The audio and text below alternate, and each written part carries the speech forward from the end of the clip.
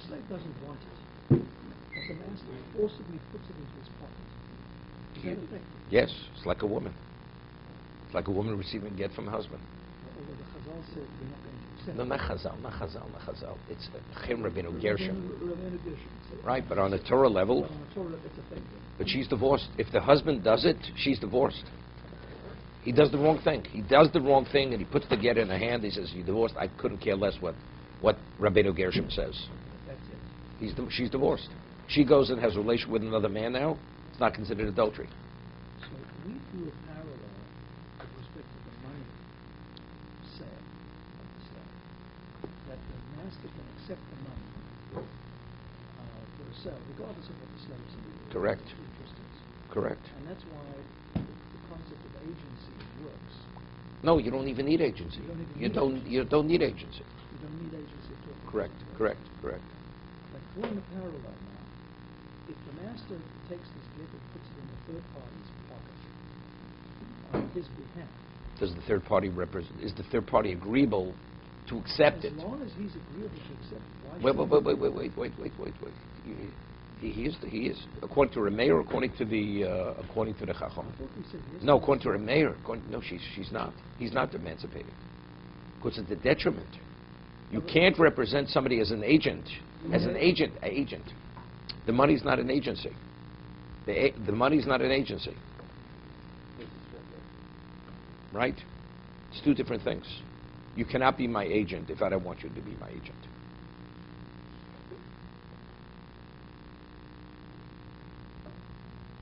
So when the third party gives the money to the master and says, for this money, that slave is free, Correct? what is the relationship between the third party and the slave? Nothing. Even though it's against the will of the slave, it's irrelevant what the slave wants or doesn't want. It's not a concept of... No, it's not shlichus. It's not shlichus. What is it? How would you define that relationship? He's providing the means for the master to emancipate the slave. The third party, not the agent of the slave. He's not the agent of the slave. It's a chov. It's a business deal. That's what it is. With the money. It's not a business deal. He's not buying him. No, but it's... Rava. I said, what is it? I'm trying to understand, what is that relationship with the third party? No. And the slave?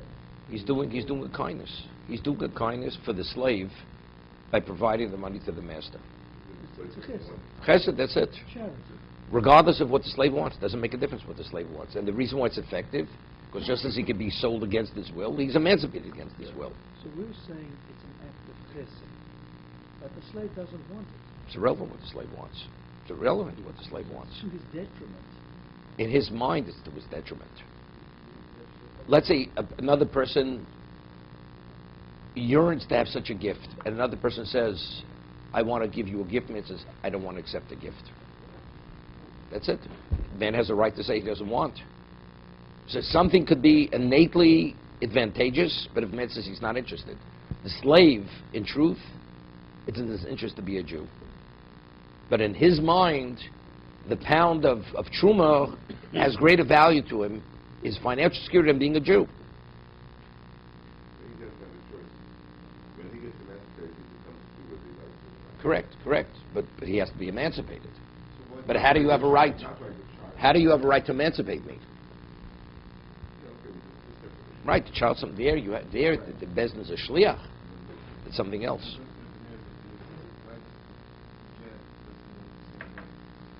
Because again, he's drawing a parallel. Just as when I sell you, it's against your will, I could emancipate you against your will. Yeah. So that was the Gemara's question. So when you sell a slave, you sell him with a document also. So that Abaye answered because it has it's a different text. Rava said more simply, right? Who accepts it? By emancipation through money, the master accepts it. Emancipation through get, the slave has to accept it. So the person has to represent the slave. So if the slave is opposed to it, you can't represent me against my will. Right? That was Rava's answer.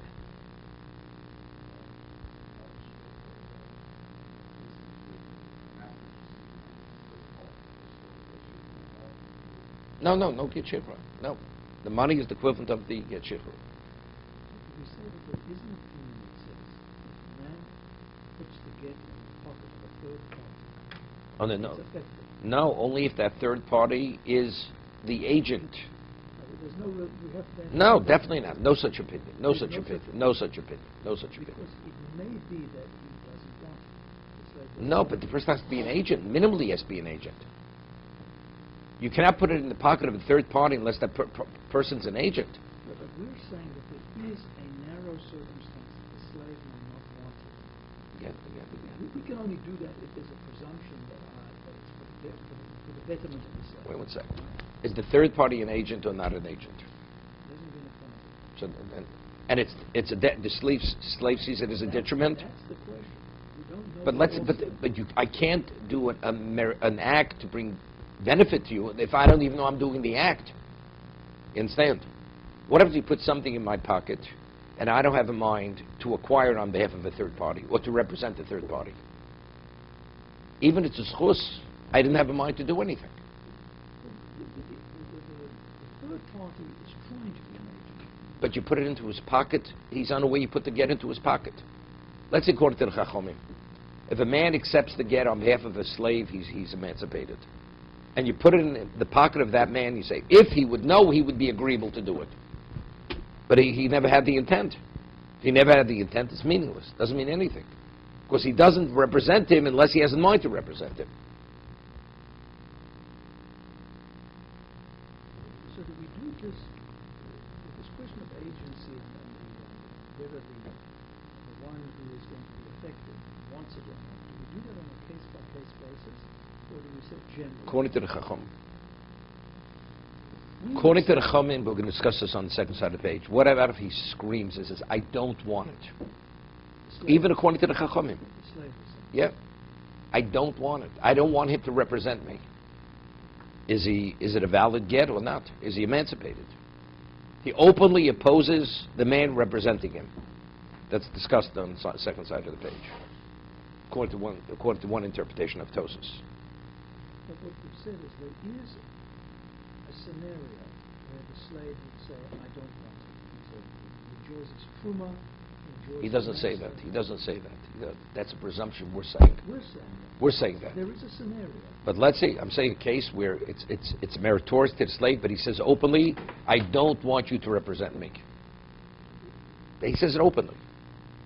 Even according to the Chachamim, the question, we're approaching the Chachamim now. Chacham say it's a merit. It's a merit to for the slave to be emancipated.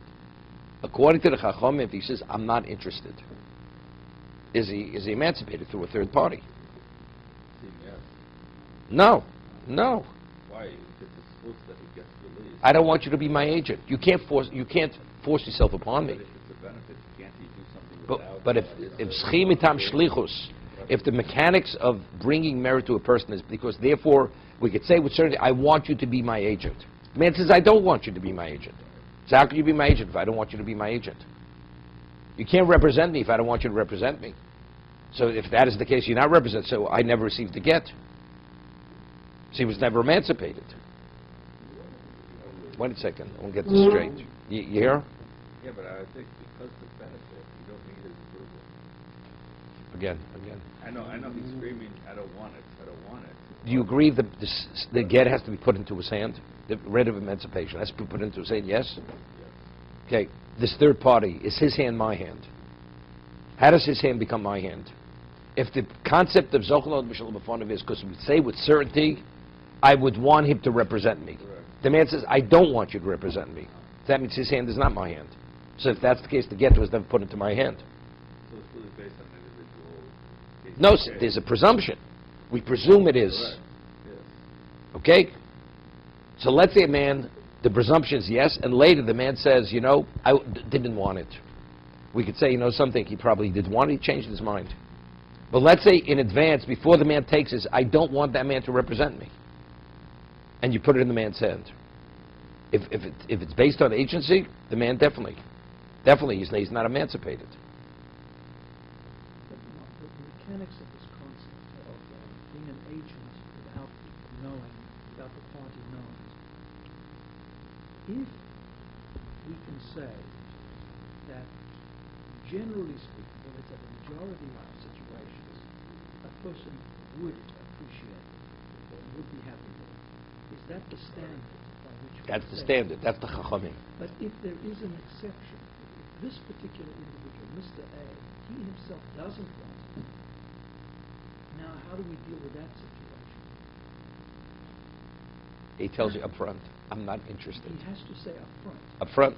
So then there's no, once he says up front, there's no... Or he has to say it immediately the moment he hears that the third party received it on his behalf. But let's say he allowed time to lapse. He finds out a person receives it on his behalf, and now 5 minutes later he says, but I didn't want it. Then he's emancipated. Because there we say he changed his mind. And the moment he hears, it could be 5 days later, it could be 3 Correct, months later. correct. The moment he hears, he says, absolutely not, that's not what I want. Even the Chacham would agree he's not emancipated. He's not if it's based on the principle of Zechiyah. That Zechiyah means it's bringing merit to that person, and we could say with certainty he would want it. He would want the man to represent him. So if he says, I don't want him to represent me, so it's not.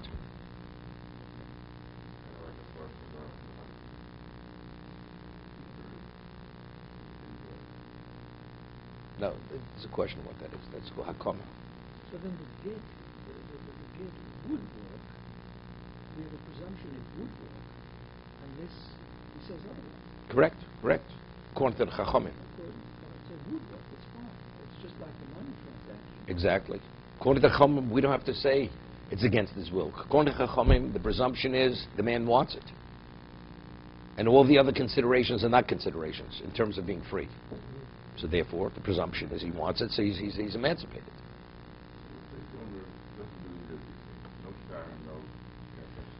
He wants to says you're emancipated.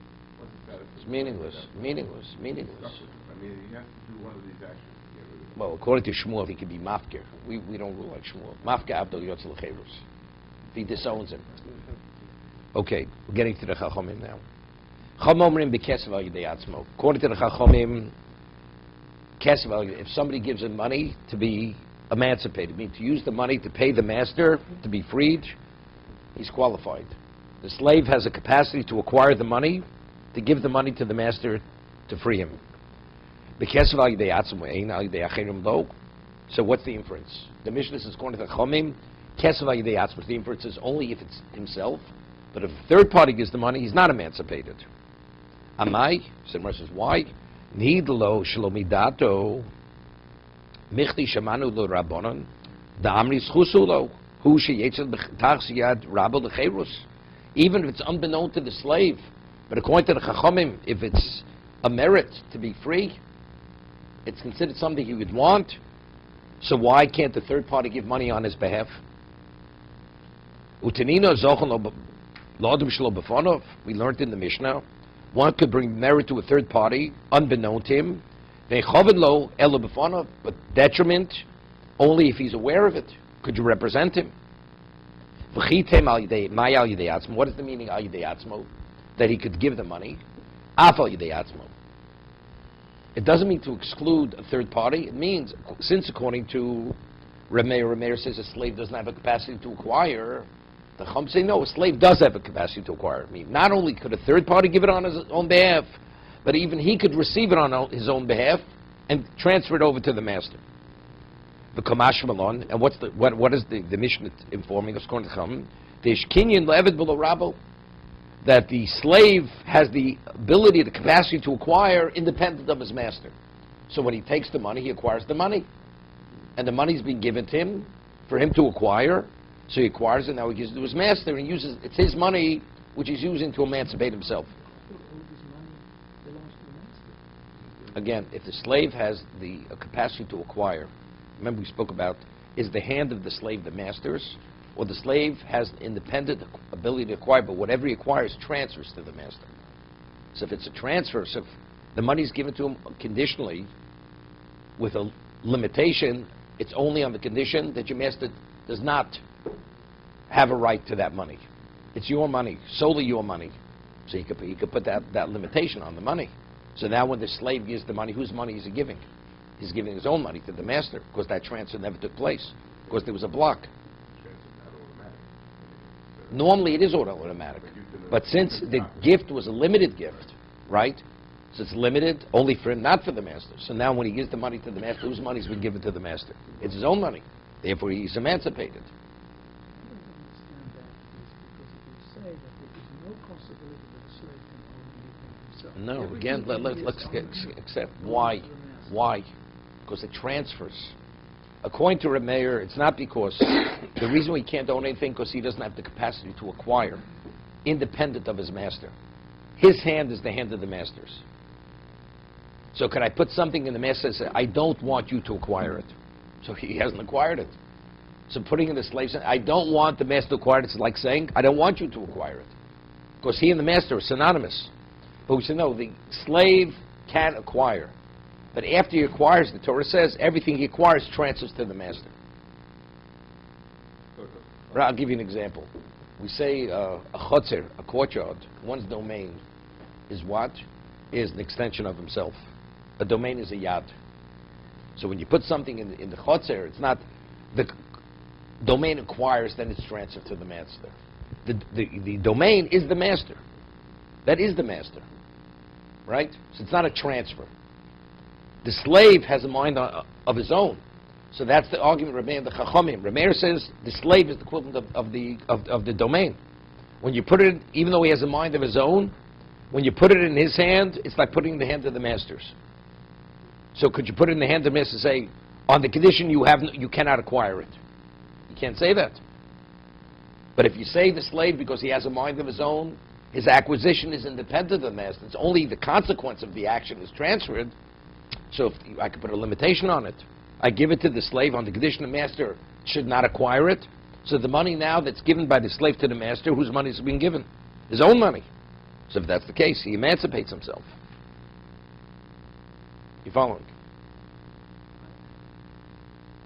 If I own a courtyard and I say, I'm expecting this man is going to throw a satchel of gold into my courtyard, but I am not going to permit that to transfer into my own domain. It's not- no, What that does that mean? means nothing. The man throws it over It means the nothing. wall. Nothing. It means nothing. That means you're not giving the gift. It's just lying in your domain, but it has never been given to you. So to whom does it belong? To the one who put it into that domain.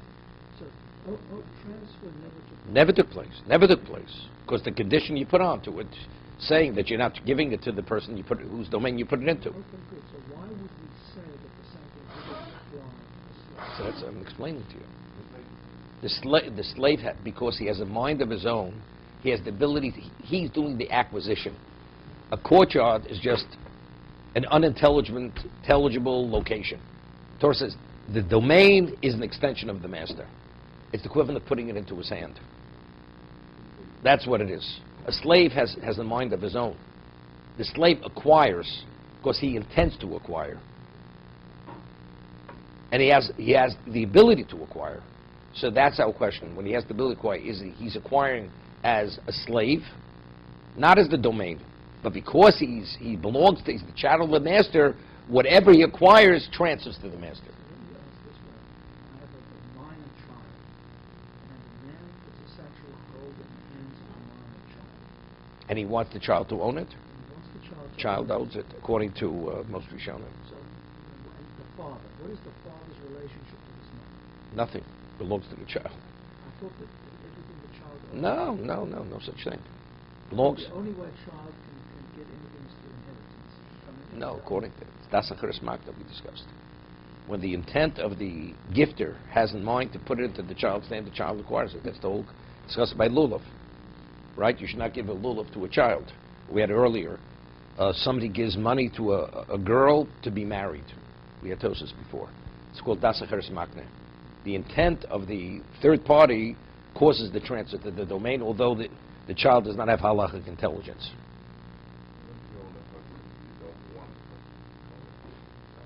It's not. Somebody puts something in your hand and you don't want to acquire it. You don't acquire it. It's nothing. But get doesn't mean anything. Because get, you don't have to acquire the get.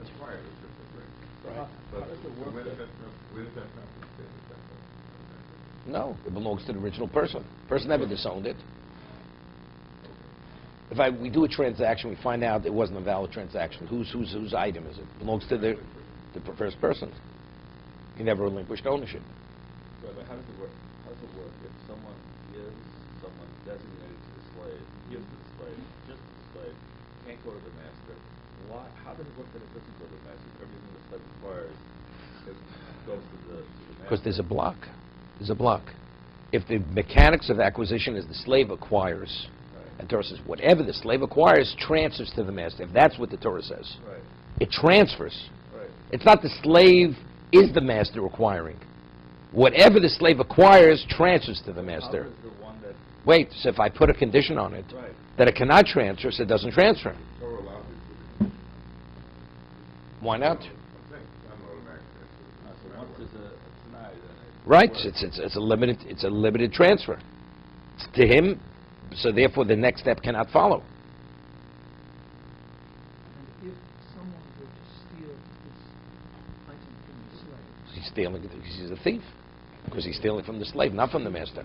slave, From the slave, not the master.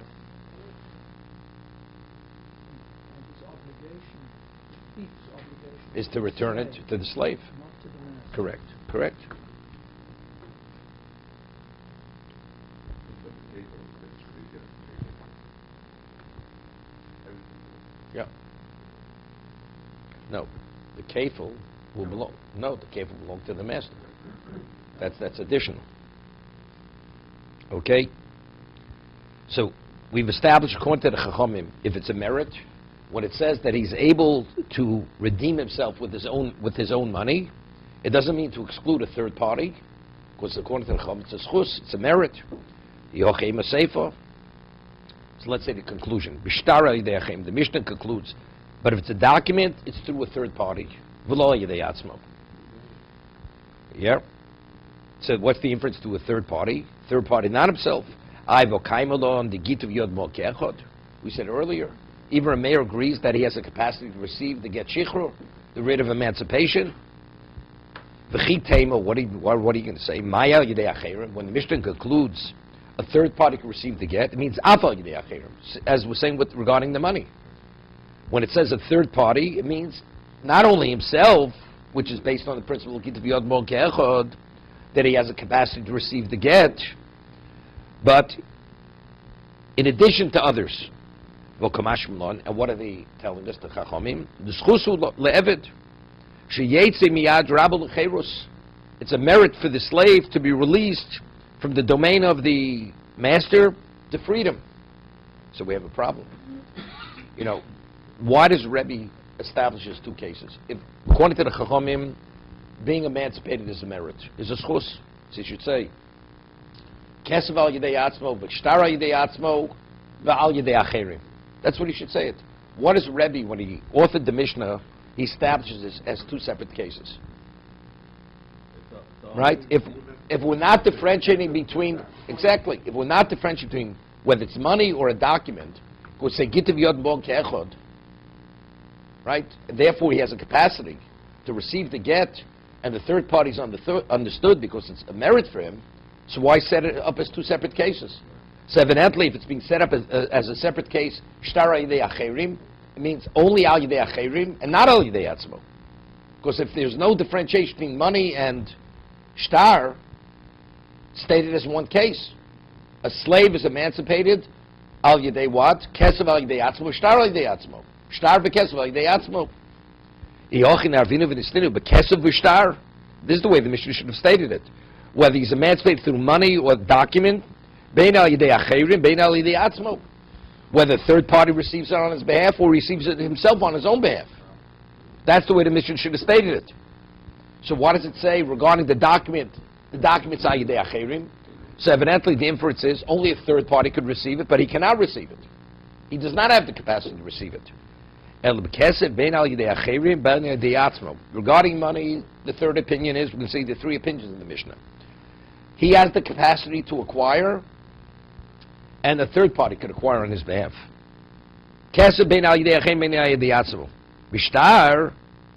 But regarding a document,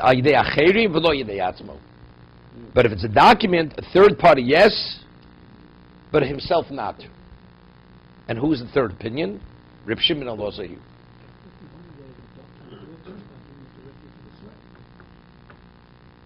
Not if it's a merit. If it's a merit, a third party could receive it on your behalf.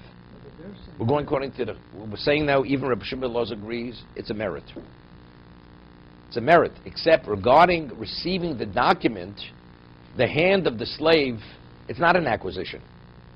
The hand of the slave is the hand of the master. So if you put this master would put it in his own hand, is the slave emancipated? So putting it in the hand of the slave is the equivalent of putting the hand of the master. Therefore, there's no consequence. money or donkey doesn't matter. We're differentiating. If it's money, we're saying he could be emancipated whether he receives the money himself or third party. But when it comes to a document, it's ayidei achem v'lo yidei atzmo.